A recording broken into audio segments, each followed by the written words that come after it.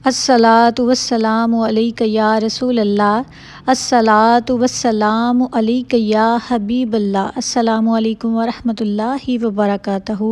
آج ایک بہت ہی عنوان کے ساتھ آپ کے سامنے حاضر ہوئی ہوں، اور یہ بہت ہی دلچسپ عنوان ہے۔ یہ میرے آقا کریم صلی اللہ علیہ وآلہ وسلم کی اونٹنی قصوہ کے بارے میں ہے، اور اس کے بارے میں آج ہم کمپلیٹلی جانیں گے کہ قصوہ میں ایسی کون سی خصوصیات تھیں اور قصوہ کس کو کہا جاتا ہے۔ قصوہ ایک اونٹنی کا نام ہے، اور ویسے قصوہ کا بیسکلی جو میننگ ہے وہ یہ ہے کہ قصوہ اس کو کہتے ہیں کہ جس کا کوئی کان یا ناک وغیرہ جو ہے وہ ٹوٹا ہوا ہو، لیکن میرے آقا کریم صلی اللہ علیہ وآلہ وسلم کی اونٹنی کی یہ خصوصیت تھی کہ اس میں کوئی بھی کسی بھی قسم کی خامی جو تھی وہ موجود نہ تھی۔ قصوہ جو ہے یہ بنی کشیر کی چراگاہوں میں پیدا ہوئی تھی، اور جب قصوہ جو ہے وہ 4 سال کی ہوئی تو حضرت ابو بکر صدیق نے اسے 400 درہم کے عوض جو ہے وہ خرید لیا تھا۔ اس کی رنگت بہت ہی سرخی مائل اور بہت ہی خوبصورت تھی، اور وہ بہت ہی ایکٹیو تھی، اور بہت ہی زیادہ جو تھی وہ پرکشش تھی۔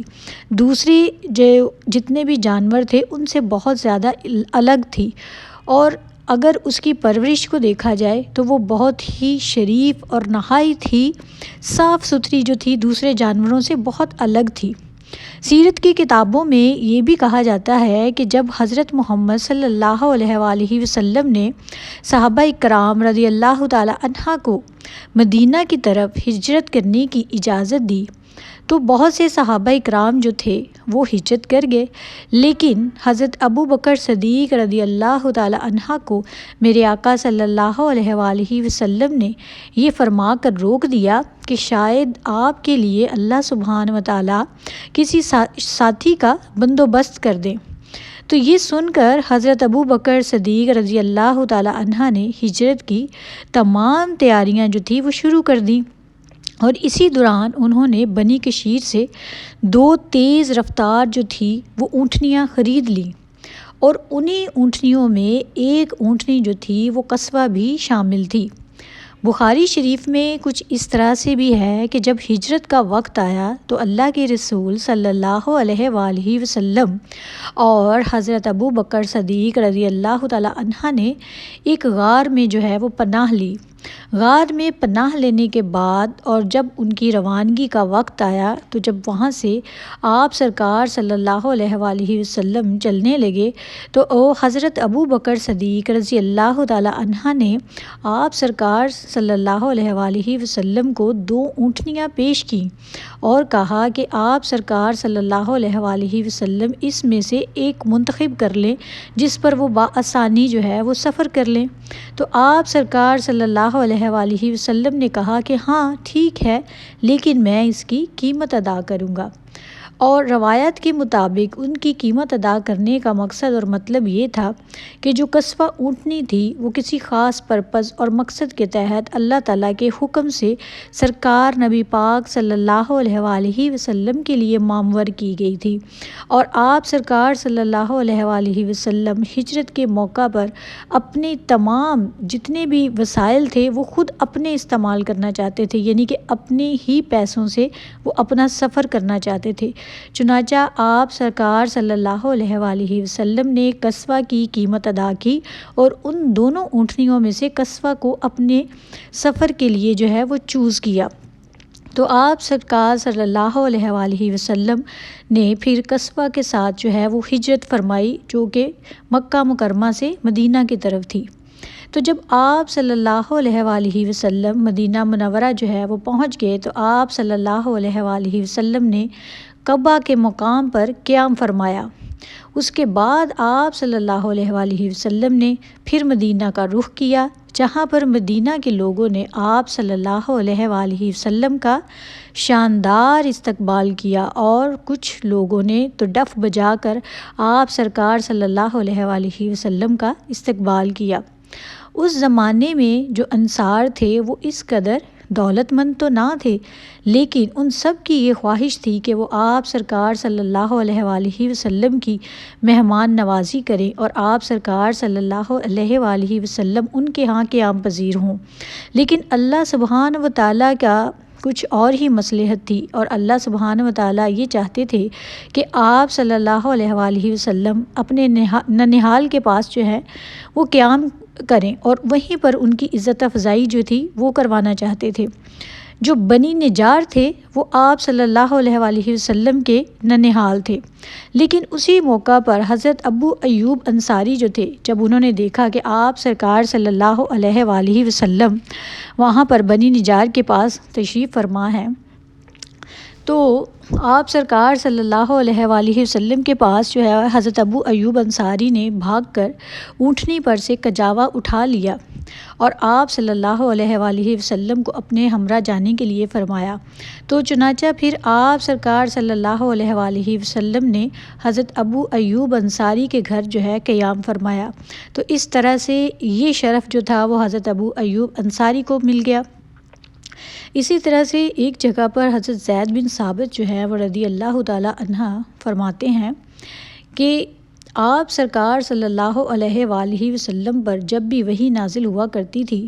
وہ اکثر ہی اپنی اونٹنی پر سوار ہوا کرتے تھے، اور وہ اونٹنی کون سی تھی؟ وہ یہی اونٹنی قصوہ تھی، کیونکہ اس کی خصوصیات خاص طور پر ایسی ہیں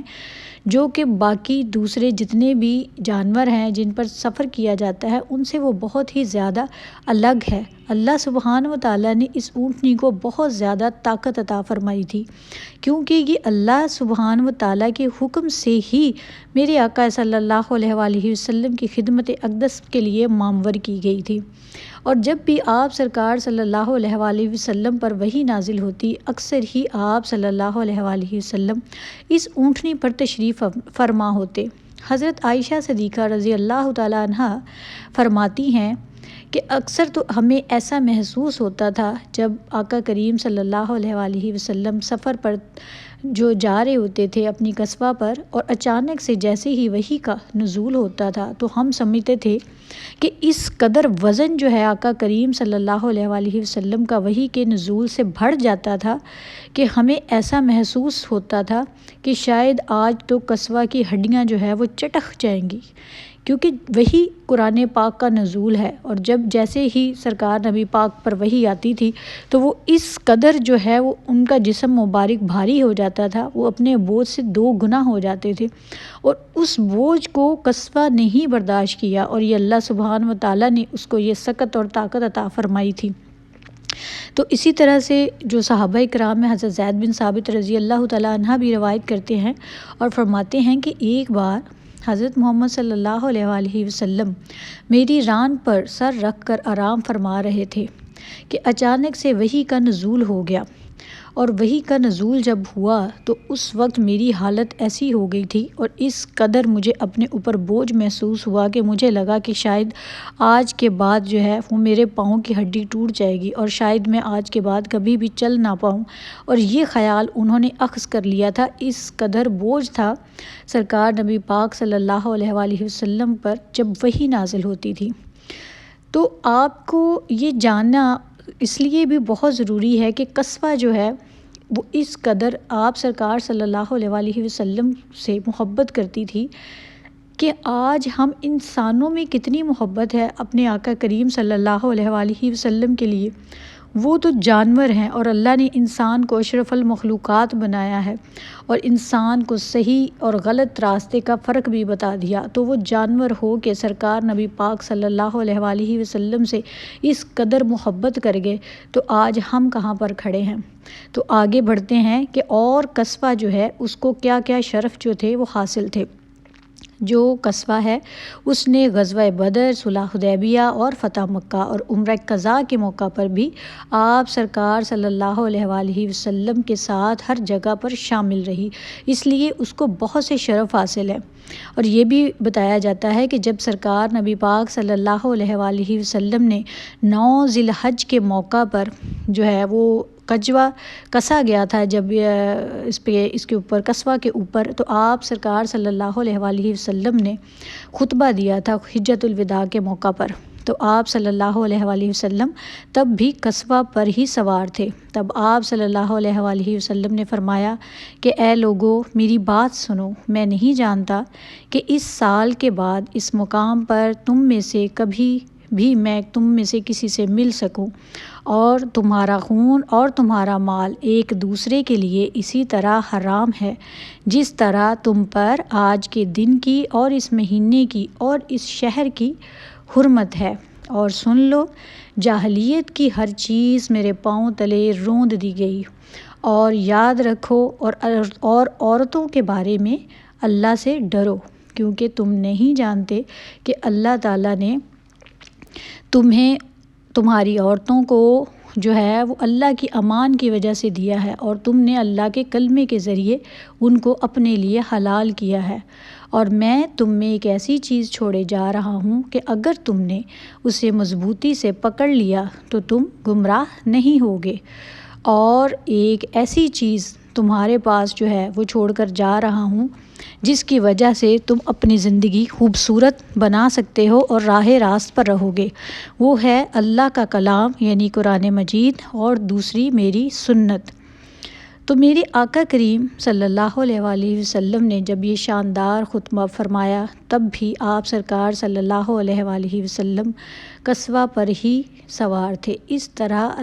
میرے آقا کریم صلی اللہ علیہ وآلہ وسلم کی قصوہ سے محبت جو ہے وہ بڑھتی گئی اور بڑھتی گئی، اور قصوہ بھی آقا کریم صلی اللہ علیہ وآلہ وسلم سے بہت زیادہ جو تھی وہ اٹیچ تھی، اور اس کو ڈیلی جو تھا ایک عادت بن چکی تھی کہ وہ آقا کریم صلی اللہ علیہ وآلہ وسلم کو دیکھتی تھی، اور اس کی آنکھیں جو ہیں وہ ٹھنڈی ہوتی تھی میرے آقا کریم صلی اللہ علیہ وآلہ وسلم کے دیدار سے۔ جب میرے آقا کریم صلی اللہ علیہ وآلہ وسلم کا وصال ہو گیا، اس کے بعد قصوہ جو ہے وہ بہت عرصہ تک جو ہے وہ بیمار رہنے لگ گئی، اس نے کھانا پینا بھی چھوڑ دیا، اور یہاں تک کہ اس کی آنکھیں جو تھی وہ ہر وقت اٹکی رہتی جیسے وہ کسی کا انتظار کر رہی ہو، اس قدر محبت